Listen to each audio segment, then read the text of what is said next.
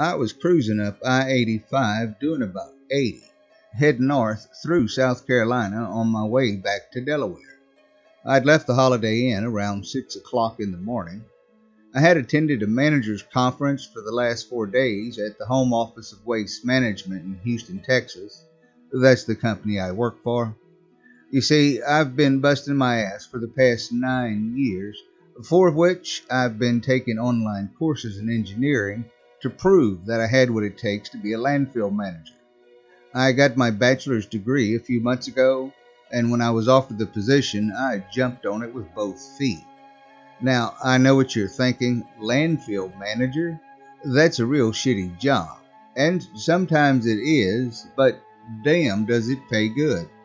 Anyway, I was cruising, rocking out to Savage's Hall of the Mountain King CD, when I got the call. Now, if you don't know who Sabotage is, we can't be friends. Just kidding. Seriously though, I picked up my cell phone from off the passenger seat and looked to see who it was that was calling. It was my mother. So I turned down the radio and accepted the call and said, "Hey, Mom." There were a few seconds of silence. "Jimmy?" she said softly, and immediately I heard the tears in my mother's voice. "Mom, what's wrong?" I asked, concerned. "It's your father, Jimmy. He's been hurt." I heard those words and immediately slowed down, changed lanes, and pulled over to the side of the road and put the car in park and turned on the hazard lights. "Is he okay?" I asked. "What happened?" "Well, Jimmy, you know your father, Mr. Fix Everything himself. He was up on the ladder cleaning out the gutters when Thunder, the neighbor's black lab, came tearing around the corner chasing Simon. Simon is my parents' cat. He's tan and white and very fluffy. Anyway, she continued by saying, the dog hit the ladder and it began to fall over. Your father jumped off of it and landed hard on the ground, breaking his leg." "Oh my God," I exclaimed. "Honey, I know you're busy with your job and all, and I hate to ask, but we need your help, son. Your father is going to be on those crutches for at least 8 weeks, and there'll be no one to tend the farm. Please, son, please come home," she said tearfully. "I don't know any man or woman, regardless of how bad your childhood was or status of the relationship that you have with your parents. But if your mama calls you crying, you drop everything and go, right?" And that's exactly what I did. "I'll be there by morning, Mom," I replied. I swear I could hear her smile through the phone. "I love you, Mom," I said. "See you in the morning." "Okay, Jimmy, I love you too. Bye," she replied. I then hung up the phone and put it back on the seat next to my cigarette tin. I grabbed the tin container with my tubes, tobacco, and roller in it and rolled myself a smoke and lit it. I sat there on the side of the road smoking my cigarette to try and calm myself down, and after a while I just heard. You see, I roll my own cigarettes. Non-menthol, of course. It's a lot cheaper. I mean, I could get a large 1-pound bag of tobacco. I like the good stuff. Really, that's the name of it. For about $17, which is equal to about 2.5 cartons worth, and 3 boxes of 4 Aces tubes for around $2 a box, which have 200 tubes in each box, which is equal to a carton, totaling $6. So I could basically get 3 cartons worth of cigarettes for about a third of the price that you would pay for 1 carton. Delaware prices, that is. The roller cost about $8, but that was a one-time shot until it broke. Anyway, I calmed down and threw the butt out of the window, grabbed my phone again, and went to Google Maps and got the direction from my current location to my parents' house in Pennsylvania. I then called my boss and told him what happened, and that I'd be taking a leave of absence under the Family Medical Leave Act, the FMLA for short. You all know what that is, right? Anyway, he didn't even argue with me. He just agreed, told me to keep him posted, and that he hoped my father would be all right. I then reset Google Maps and headed for Pennsylvania, turning the radio back on It was about 4 in the afternoon at that point. I'd been up since 5 in the morning and now had at least an 11-hour drive. I knew I needed coffee. I put the car in drive, turned on the hazard lights, merged back into traffic, and took the next exit in search of a coffee shop. And I found one. As soon as I came off the exit, I stopped at a red light, and there it was. Coffee, 24/7. I stopped in and got the biggest cup of coffee they had, something they called the all-nighter. It was a huge 52-ounce, barrel-looking, hot and cold travel mug. That thing was so big it wouldn't even fit in the cup holder. I had to set it on the seat and hope it didn't spill. I then rolled me a couple more cigarettes for the trip. Who cares about that, right? Anyway, back to my story. I got the coffee and got back on I-85 and drove to Pennsylvania, stopping several times to use the bathroom and get gas. Why I didn't grab something to eat, I don't know. I just didn't. I arrived at my parents' house a little after 3 in the morning. Now, given the fact that I had been up almost 24 hours and was tired as hell, even with drinking that whole mug of coffee, I decided to take a nap in the car. My nap was short-lived, though, because at the break of dawn, the rooster started to crow. I did not miss that rooster at all. Anyway, I got up and rolled a smoke, smoked it, then grabbed my stuff and went into the house. I walked into the living room just as my father was waking up on the couch. He said he didn't want to risk falling down the stairs, given he wasn't too sturdy on the crutches.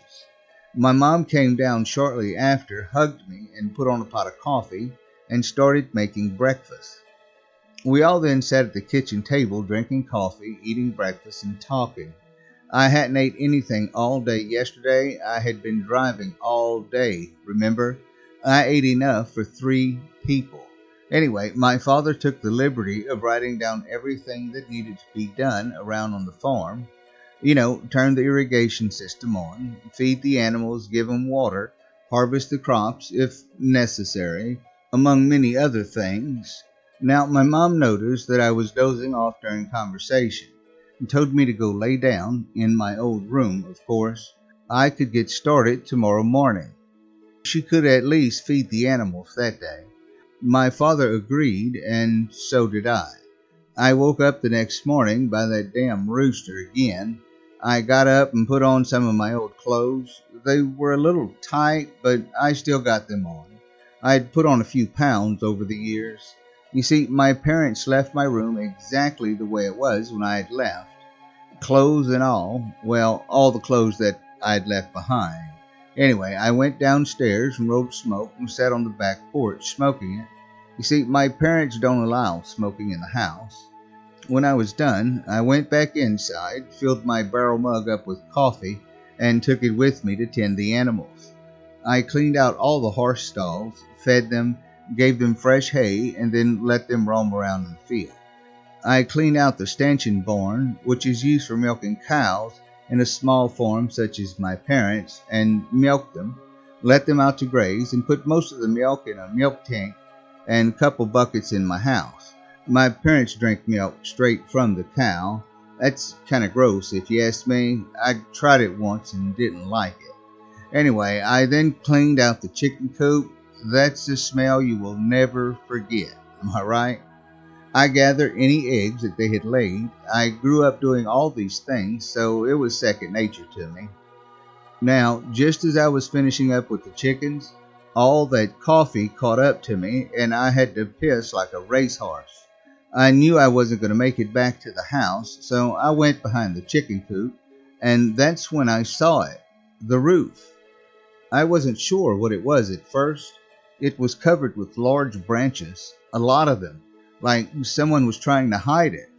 My mind then raced back all those years ago, and I tried to remember if I ever saw this as a child, and I couldn't. I handled my business, then slowly removed the branches and saw the roof. It was a good-sized roof, about the size of a small bungalow.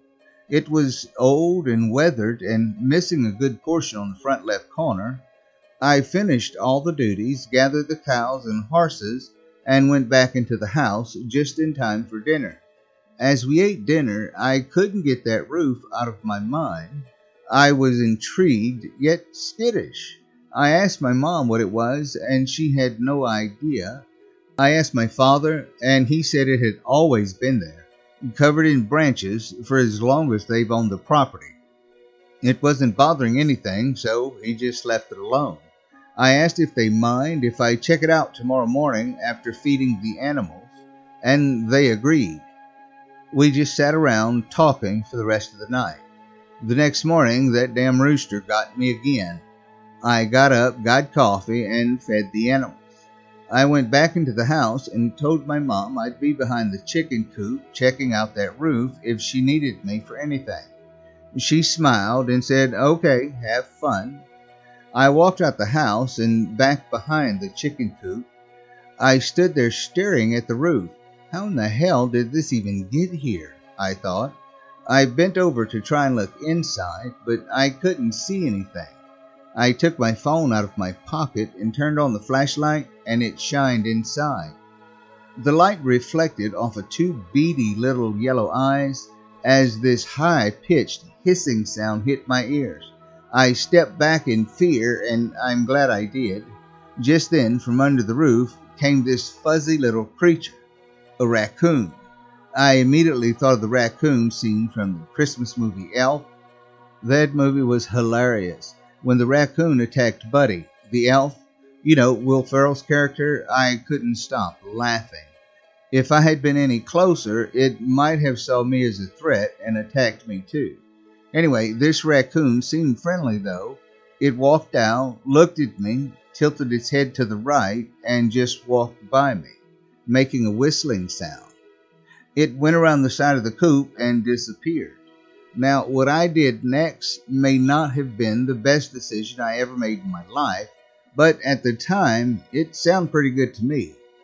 I sat down on the ground on my stomach and crawled underneath the roof, still holding the light. There was a good amount of space under there. Man, I could have used this as a fort when I was a kid. This is great, I thought. Now, my plan was to get off of the ground and just sit under that thing for a while. It didn't work out that way. As I went to get up, my knees slammed hard against something that felt like a rock, but it wasn't. I grabbed my knee, reeling in pain, and sat back up, looking at the ground. There in the dirt was a rounded piece of metal sticking out. I bent over to clear the dirt from around it, sucking up the pain, and discovered it was some kind of round turning mechanism, kind of like a wheel. I dug down deeper and discovered it was attached to a round metal cylinder.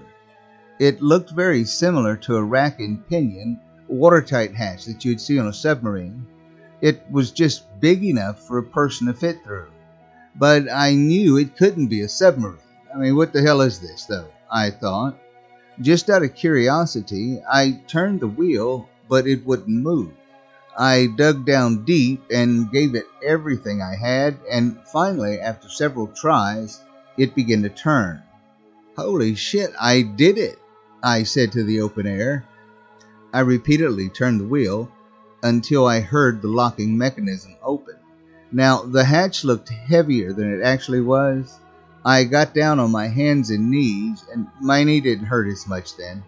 I firmly planted my hands on the ground and pulled with everything I had.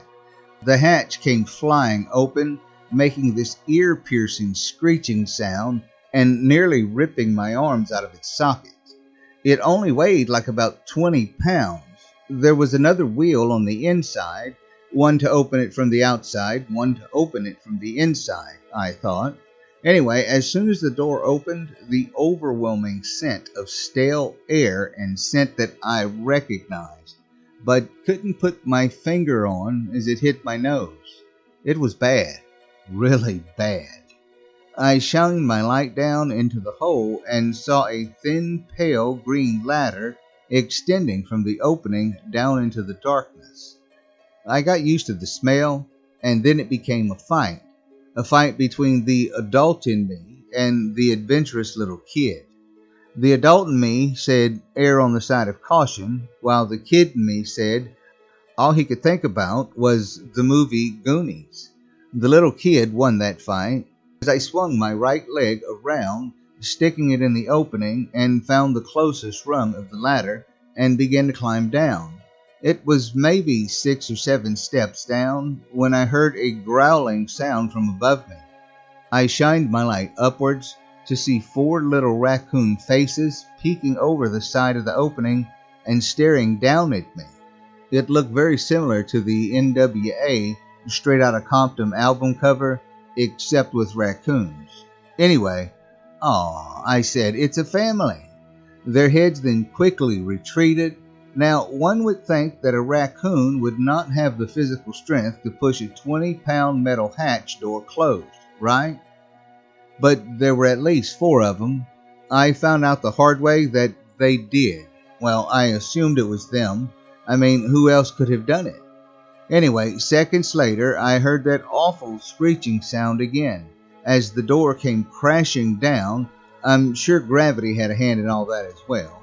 Now, I screamed and frantically climbed back up the ladder, still holding my phone. Now, in my frantic state, I reached up, grabbed the wheel, feeling it turn back ever so slightly, and then it broke off. Gravity took hold once again, and it fell, practically ripping the same arm out of its socket once again and slamming down onto my other knee, still in my hand. I screamed, "Son of a bitch," as loud as I could, hearing it echo back to me through the darkness below. What the hell, I thought.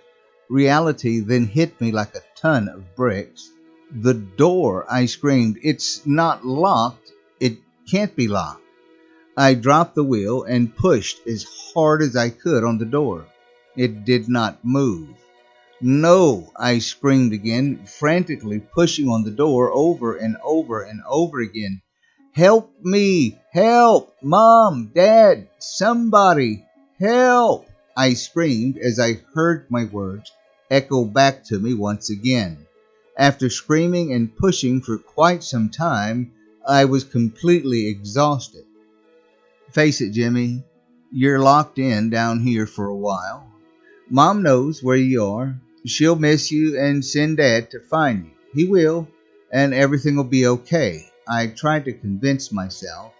As exhausted as I was, I needed to get off that ladder before I fell, so I slowly climbed down it. I climbed down and down and down some more.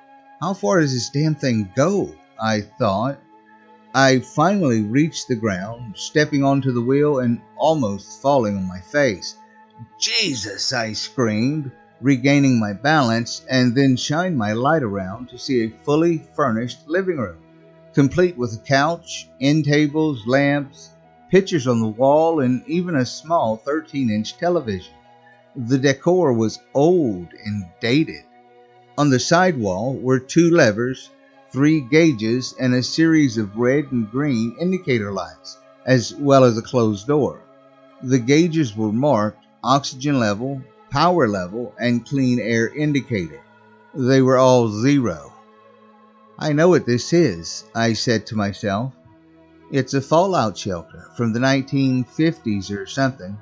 This is fucking cool," completely forgetting about being locked in. I tried to turn on the light, but it wouldn't work, obviously, but I had to try. The generator has probably been dead for years, I thought. I shined my light over to the right to see what appeared to be a kitchen and a small dining area. The kitchen appeared to be as big as the living room, with stand-up freezers lining the left wall, multiple storage cabinets lining the right wall, and a small stove in the middle of the far wall, surrounded by 5 numerous black-gallon buckets marked water. There were paper plates and styrofoam cups on the table. Somebody lived down here. Hell, I'd live down here, I thought. But where are the people now? I asked myself. Now, in between the storage cabinets was an open door that led to a full bathroom. It was small, but had everything in it. I shined my light back to the living room and held it on the closed door as I walked over to it. I was kind of reluctant to open it. But I finally did, and to this day I wish I didn't. I opened the door and discovered where the people went, and remembered what that god-awful smell was. That's right, decomp, as in decomposition, as in dead, rotting corpse. I shined my light into the room to see two rotting corpses lying on the bed. Their skin had liquefied and was dripping off their faces, hands, and feet onto the comforter and down to the floor, creating a huge pool of goo. One of the bodies appeared to be covered in what I could only assume was a nightgown. The other appeared to be fully dressed in what looked like to be dress pants, a button-up white shirt, and a black tie. The clothes were dirty and falling apart. The eyes and nose were completely gone. Their mouths were open, revealing a mouthful of decaying teeth. They were stringy places of hair from their skull, what was left of it anyway. The smell was immense. I screamed in shock like a scared little schoolgirl.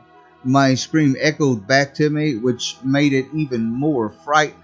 I threw up repeatedly. After I finished vomiting, I slammed the door closed and went back into the living room. I put my phone on the coffee table, flashlight up, so it would light up the room enough to barely see. Then I sat down on the couch, rocking back and forth, completely horrified and mumbling to myself, I need a damn cigarette. I need a cigarette. But I left my tin in the house. There was no way I could get it. Ah, shit, I screamed, jonesing like a fiend. I finally calmed down and just sat there, staring at the blank TV. I began to pass the time by singing to myself, daydreaming and counting the number of triangles on the wallpaper. There were 1,834. I will never forget that number. Anyway, I got a little thirsty, so I went to get some water out of one of the buckets, but they were all empty. No food in the freezers or the cabinets. There was nothing. I'm going to die down here, I thought. I began swallowing my saliva in hopes it would curb my thirst, but it didn't. I then decided to lay down on the couch. There was no way I was going back into that bedroom. I closed my eyes and must have fallen asleep because I woke up to total darkness. I screamed and frantically reached for my phone on the coffee table. I hit the table about 3 or 4 times before actually hitting my phone. I picked it up and it was dead. Out of frustration, I threw the phone in the direction of the TV and heard it smash out immediately. I then realized that I woke up to complete silence as well as complete darkness. There was no rooster crowing. I laid my head in my hands and began to cry. I really missed that damn rooster. Having no idea if it was the same day or not, if it was still dark or daytime, or even what time it was, I sat there and cried until I couldn't cry anymore, then just laid there staring into pure darkness. Now, I always wondered how Ronnie Millsap, that old blind country singer, never mind, that was most likely before your time. Anyway, I used to wonder how, given the fact that he was blind, how he would stop at the very edge of the stage almost every time if he couldn't see it. Then it hit me. He counted steps, and that's what I started to do. I ran into a lot of stuff at first, but I kind of got the hang of it. 12 steps from the couch to the bathroom, 9 steps from the bathroom to the ladder, 5 steps from the ladder to the table, and so on. To pass the time, I would make a game of it. Not that being blind is a game, because it's not.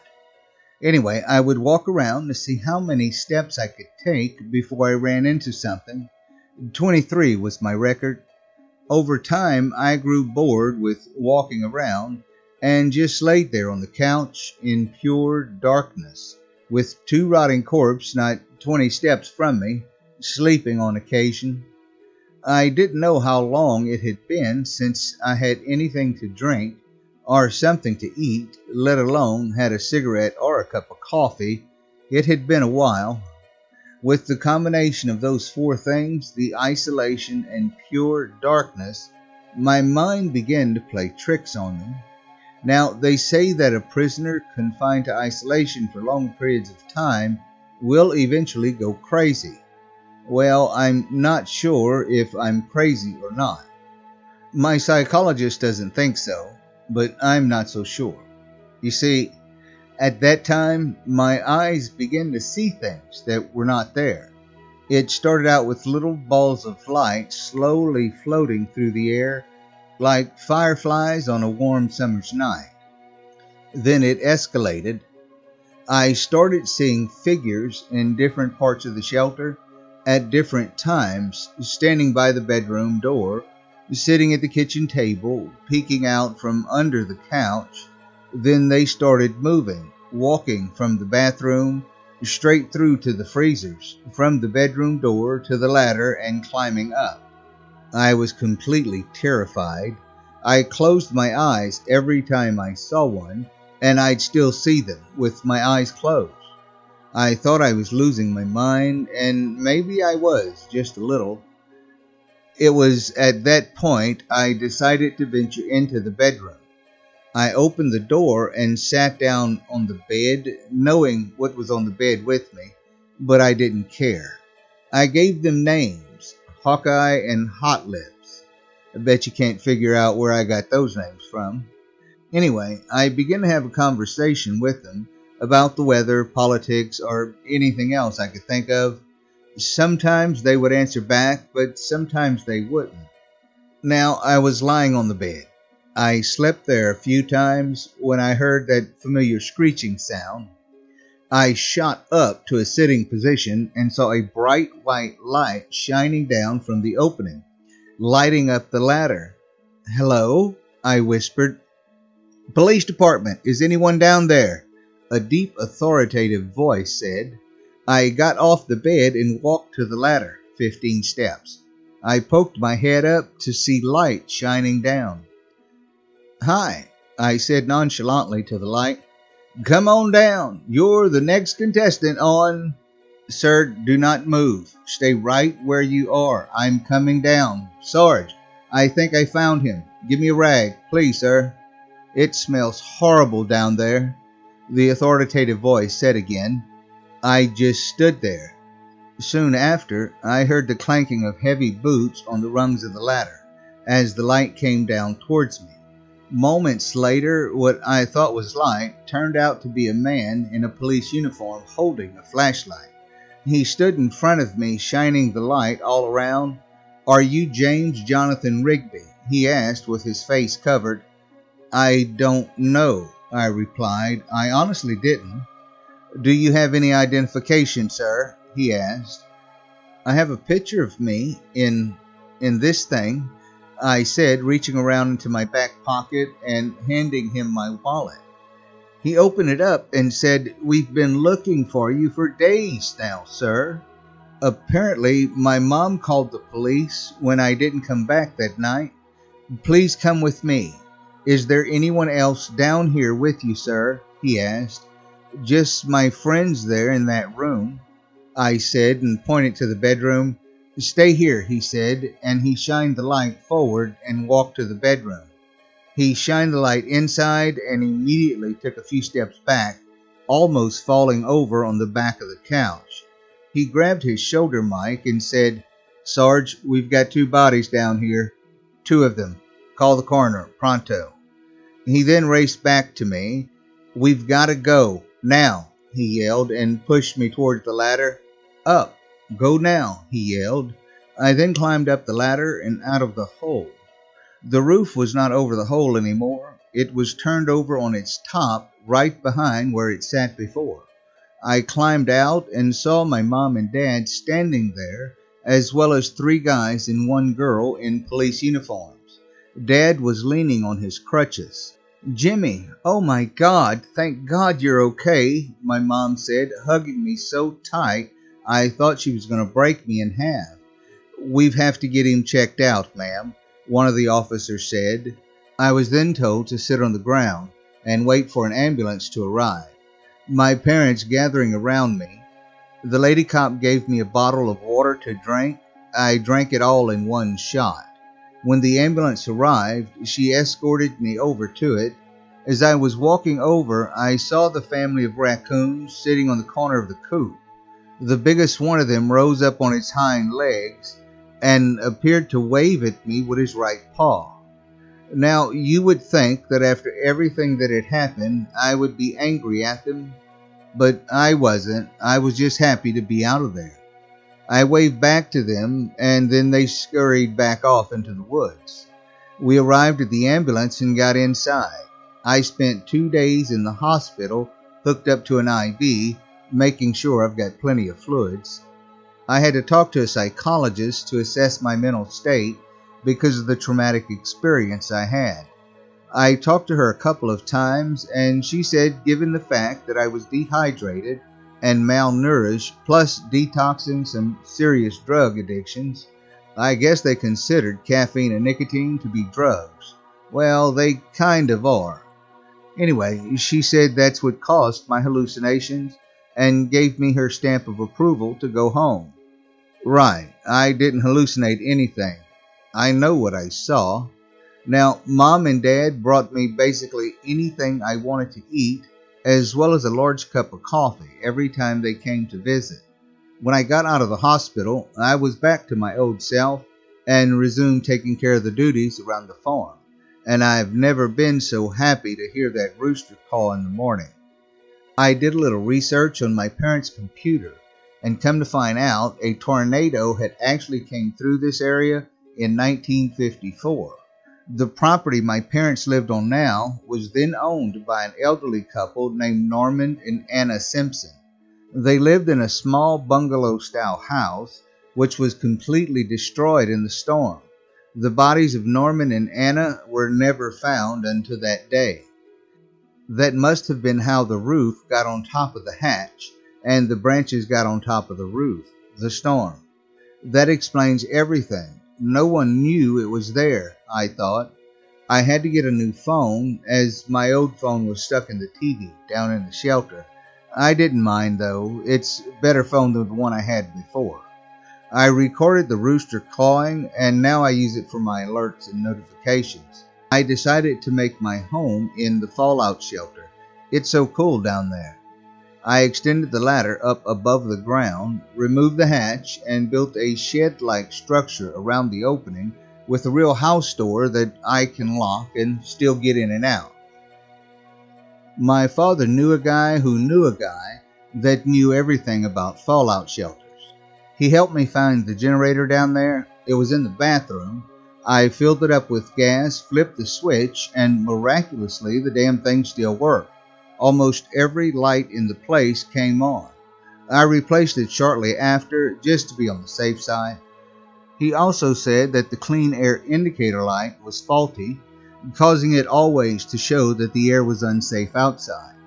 Mr. and Mrs. Simpson must have died thinking the air was bad outside, so they stayed in the shelter until everything ran out, and so did they.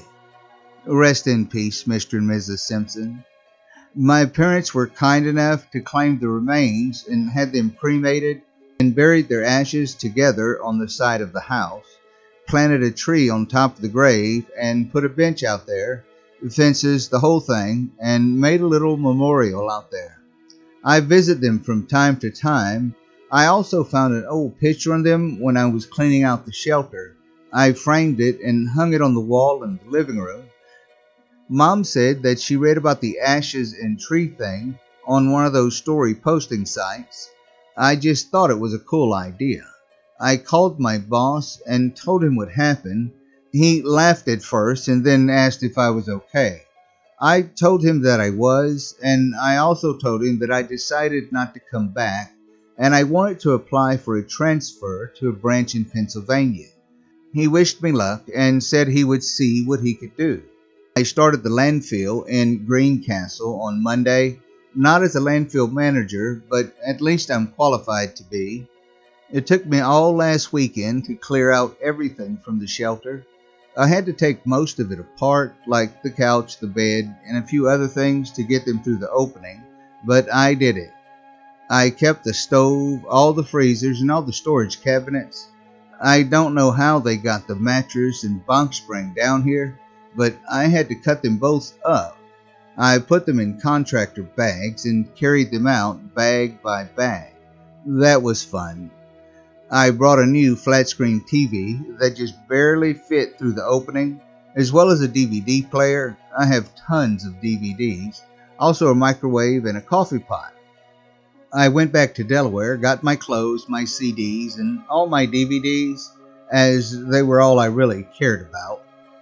I borrowed my dad's truck so I could get it all in one trip. I changed the wallpaper to something more modern and put linoleum on all of the floors with the area rugs on top of that.